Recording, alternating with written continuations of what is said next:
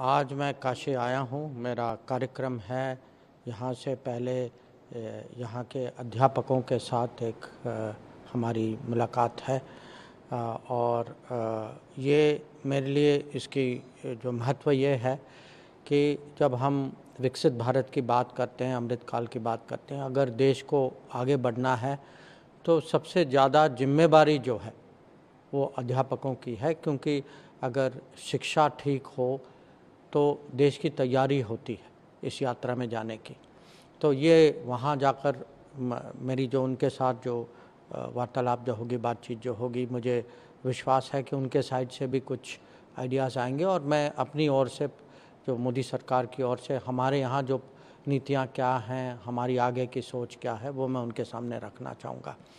उसके बाद प्रेस की मीटिंग होगी। ये तो आम तौर पे जहाँ भी जाते हैं हम लोगों का प्रेस के साथ संबंध तो होता ही है। और फिर शाम को यहाँ के जो यहाँ के जो इंटेलेक्चुअल्स जो हैं, जो यहाँ के समाज के जो लीडर्स जो हैं, उनके साथ मीटिंग होगी। पर ये इसका फोकस जो है ज़्यादा विदेश नीति पे होगा कि आज मेरा जो इस समय इस चुनाव के दौरान ये अनुभव है कि देश में अब विदेश नीति के बारे में जानने की बहुत इच्छा है, बहुत उत्साह है और लोगों को अच्छा लगता है। गर्व का विषय है कि मोदी जी जो हैं भारत को कहाँ ले गए हैं, कितने उनके आज देश की प्रतिष्ठा जो है अंतर्राष्ट्रीय स्तर पे कितनी ज़्यादा बढ़ गई है।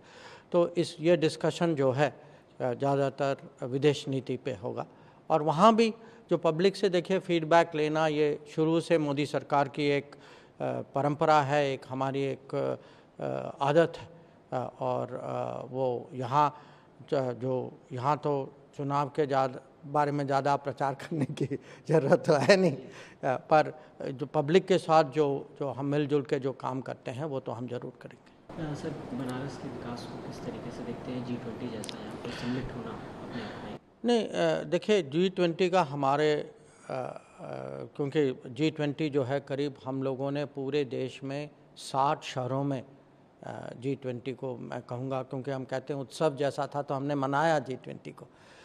तो उसमें हमारा अनुभव जो था बिल्कुल फर्स्ट क्लास था यहाँ काशी में, वाराणसी में, कि जो लोग आए यहाँ, जो डेवलपमेंट मिनिस्टर्स की मीटिंग हुई थी और जिन्होंने जो गंगा आरती का अनुभव किया और पूरा जो माहौल जो था, तो उन पे बहुत गहरा प्रभाव पड़ा। मुझे लगता है कि आगे वाले दिनों में टूरिज़्म की वृद्धि ज़रूर होगी और ख़ासकर लोग जो हैं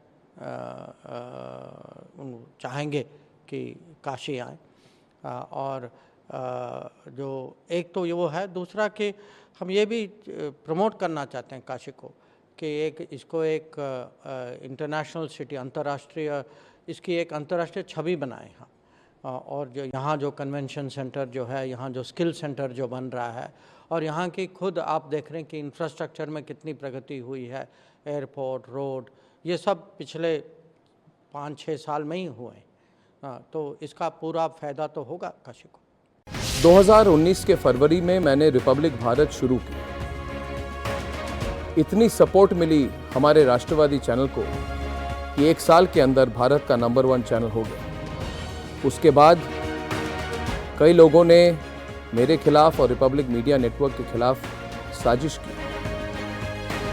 वो तो सब आप जानते हैं दोस्तों, दोहराने की ज़रूरत नहीं। आज मैं उन सब लोगों को कहना चाहता हूँ कि रिपब्लिक भारत एशिया के सबसे बड़े न्यूज़ रूम से ऑपरेट करेगा और एशिया के सबसे बड़े स्टूडियो कॉम्प्लेक्स, जिसको हमने संघर्ष और तपस्या से बनाई है। और आज मैं ये भी कहना चाहता हूँ कि जितने मेरे शुभचिंतक हैं, जिन्होंने सोचा था कि अर्नब गोस्वामी को रिपब्लिक भारत से दूर कर देंगे, उन्हें फिर से सोचना पड़ेगा, क्योंकि मैं अर्नब गोस्वामी कभी रिपब्लिक भारत नहीं छोड़ सकता और रिपब्लिक भारत पे ही मैं वापस आ रहा हूँ।